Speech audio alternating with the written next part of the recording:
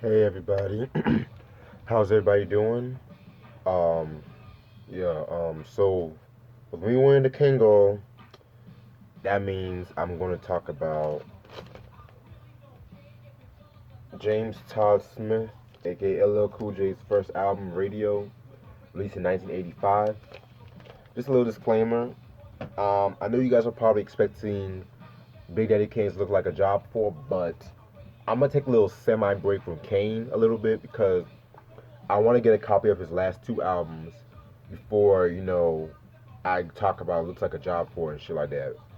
And since I've mentioned the Walking with the Panther on Nature of the Sister review and Big Daddy Kane's Taste of Chocolate review, I thought I'm going to talk about LL Cool J's. I'm originally going to talk about LL Cool J's work, probably all the way up to Phenomenon and shit like that. But at the same time, um, I'm gonna really talk about his first four and shit like that since I already got the reviews penned out for those four albums. I have not yet to finish 14 Shots to the Dome or the Mr. Smith joint, so stay tuned on that. But anyway, LL Cool J's Radio released in 1985 on Def Jam Records. Singles albums known for are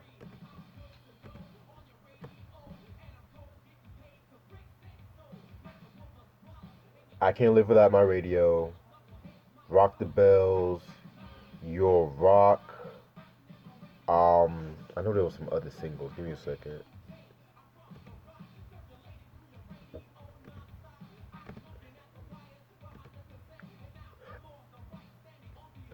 I can give you more too. Yeah.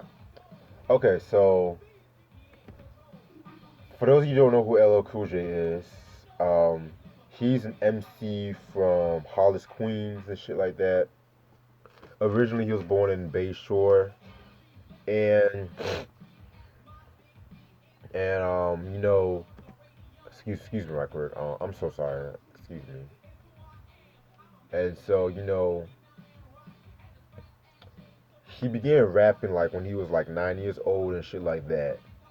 And like 2 years later, his grandfather gave him like his first DJ system and shit like that. And he started making tapes at home and shit like that. So he made a couple of demos and shit.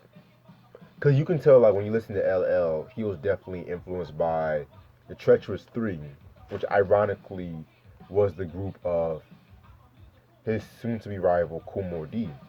More on that soon. So basically, once he got 9 years old, he started having his DJ equipment, and he started making demos, and he started sending some demos out. So one of the demos ended up in the hands of Russell Simmons, who actually, at a time, they just found Def Jam Records, and yeah, they just found Def Jam Records and shit. And just to remind you, LL Cool J is not the first artist on Death Row, but he was like really the first successful. The first artist on not Death Row, Def Jam, excuse me.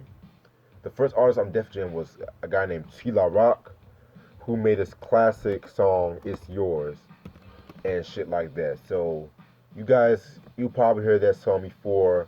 Um, all my Nas, all my Nas fans should know about that song. He used a sample on Illmatic, and also with him, he actually he dropped a few albums, but then he got like a brain injury and shit like that after breaking up a fight, and he had like a few memory loss and shit like that. But now he's back performing and shit. So thank God for that. So yeah, okay. So back to radio and shit. So they put out the first single back in 1984. Well, actually, yeah, they gave him the stage name LL Cool J, which stands for Ladies Love Cool James. And he dropped his first single in 1984 called I Need a Beat. And it was just basically a b-boy style song and shit like that. And so with that song, oh shit. Oh, excuse me, I just ate something. That song basically was one of the songs that put Def Jam on the map, and then that's when this album they were working on this album, and it was released the next year and shit. All right, so and it's crazy too because I had this album, but I feel like I think somebody stole it when I was having a party or something. I don't know, but luckily I bought this album. It was little. It was like about $12, $13, but I had to get it. I was like, yo, I gotta get this album on some real shit. And so, yeah, with this, it's just a picture of LL and a little expert from Nelson George and shit like that. Um, in the back, you got like his crew and shit like that. Um, I believe one of these guys is Jazzy J. I could be wrong on that, but yeah, fuck it. Yeah, and then that too. Dope picture, but all right. And this album was produced. Everything was produced by Rick Rubin and Jazzy J. Um, and technically, there's not like guest appearances, but Russell Simmons actually does like a little talking on one of the tracks. So yeah, okay. So 11 songs. You guys should know what I'm about to do. Track number one, I Can't Live Without My Radio. Probably one of my favorite songs off this album. Everyone has heard that song. Basically, the beat, everything was so ahead of its time for this song and shit like that. It's just a fresh song, hyped. Oh, one more thing. Before I continue with this review, I know I've said that Mama Said Knock You Out is my favorite LL Cool J album, and it's an album I cannot wait to get into. But the first two LL Cool J albums, I'll have to say I'll put them like in a special era to itself because it was just a true essence of hip hop, youthful, braggadocio, and so on and so on. And I felt like with those albums, he basically did not really have a secret agenda hidden with him. And I'll explain more on that once I talk about the Mr. Smith joint. So his first two albums are gonna be like some of his most funnest albums and shit. So let me continue. Um, a little story with that song. Basically, from what I've researched, there was actually supposed to be a video for that song, but from what I've read, that LL never showed up in the video shoot because he was a teenager, like he slept in and shit like that. So they ended up using like the Crush Groove performance as I was. If you guys want a video for that song, the Crush Groove performance is like the closest thing you'll get. So that's basically how I see it. Track number two, You Can't Dance. Um, self-explanatory. Just LL making fun of motherfuckers who can't dance and shit. You know. Track number three, which played in the background, Dear Yvette. Now this is a song that could be considered slut shaming, basically. Um, he basically tells a story about this girl named Yvette, and Yvette's a fucking whore. Let's just put it out there that way. She's a fucking whore. She's a fucking slut. Um, I had a bad day, so I had a bad day. I had some liquor inside my system, so excuse me. So yeah, basically LL is just telling her to change his ways, change her ways and shit like that. Excuse me right quick.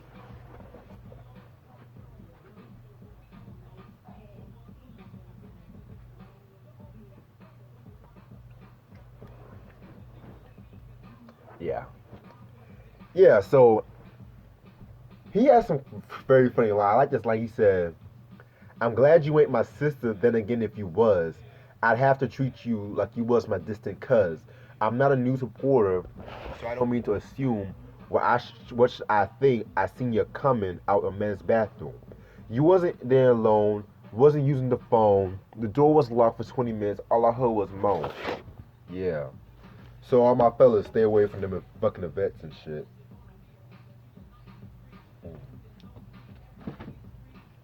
Track number four, I Can Give You More. Believe it or not, this is probably my favorite song off this project. But at the same time, At the same time, though, I'm kind of like in between this and another song, but basically, I can give you more. It's talking about. You can really call it a precursor to the hip hop love song. More on that on the next album. Basically, um, LL is jealous of this girl who's dating this guy, and you got all my fellas. This is pretty relatable and shit. You know, you see this fine ass fucking girl and shit. Like she makes her insides all good, and she said, "Oh, I got a boyfriend and shit." So basically, he just wants to destroy the relationship. One thing I love about the song is the beat. The beat does not sound like it was made in 1985. It definitely has like a late 80s, like 88, 89 feel to it. So I can give you more. That's definitely one of my favorite LL songs and shit. Track number 5, Dangerous. That's basically like a DJ cut creator um, song and shit like that. Pretty cool. Track number 6, El Shabazz. Um, basically, the original. So basically, like this is the OG copy right here. And after Dangerous, it's supposed to have a song called Untitled, but in like recent reissues, it renamed to El Shabazz. And this wasn't a hidden a cappella track. And if you want to find like the longer version, you have to go get the Rock the Bells single for the B side. So yeah, yeah, and that's one thing I loved about hip hop back in the day with the B sides and shit. And it's crazy too because like if you listen to the track, um, the B side is the extended version. Like the first verse is looped 4 times and shit like that. So yeah. Track number 7, Rock the Bells. Another one of my favorite tracks. LL went in on this song right here. Like this definitely one of those iconic hip hop songs that everybody just loves. Like you can just hear LL Cool J is hard as hell, and then everyone would just go fucking crazy and shit.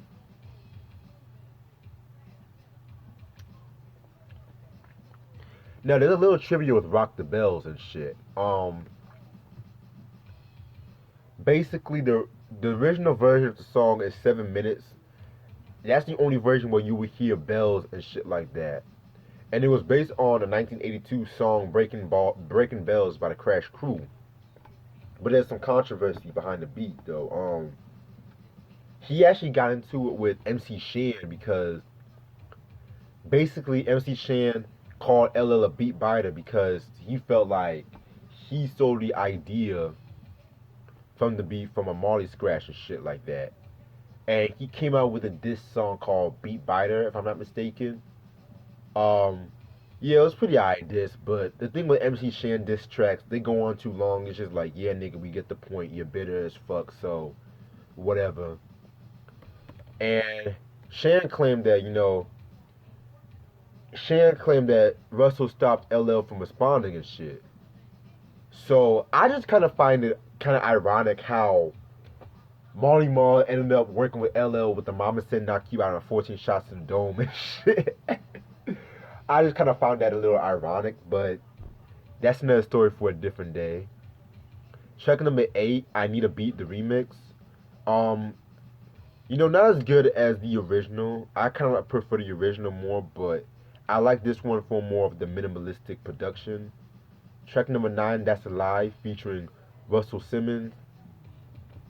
Basically, this song was pretty ahead of its time because LL was pretty much going at rappers who fabricate or lie on record and shit like that, which is something kind of interesting for 1985 and shit because if LL probably saw the rappers that were fabricating a lot more today, you know, it'll be a whole different story. But yeah, Russell and LL, they're just going at it and shit like that. And it's crazy because Ice Cube would use the same concept with a song he did with Chris Rock on the War and Peace Volume 2 joint, which is an album that is some doo doo water if you ask me. But okay, track number 10, Your Rock. That's another single and shit. That song I could have done without that song. I gotta be real with you. I could have done without that song. And track number 11, I Want You. Another attempt at the hip hop love song. Uh, and that's all the time I have for this project. Okay, well, this may not be his best album, but it's still, in my opinion, his most influential album, basically. Like everything about LL, like this is a nice debut, a nice way to start off the project, an album and shit like that. Like just the drum patterns, the his the mixing on his voice, like his voice is so crystal clear. Because a lot of MCs before LL, they're mostly on that bond the bond the bang the bang the bond the bond the bang the bang. But most of the time, like LL came out and he was like more vocal and shit like that. And I would have to say that Curtis Blow may have been hip hop's first solo superstar, but LL took that to another stratosphere, basically.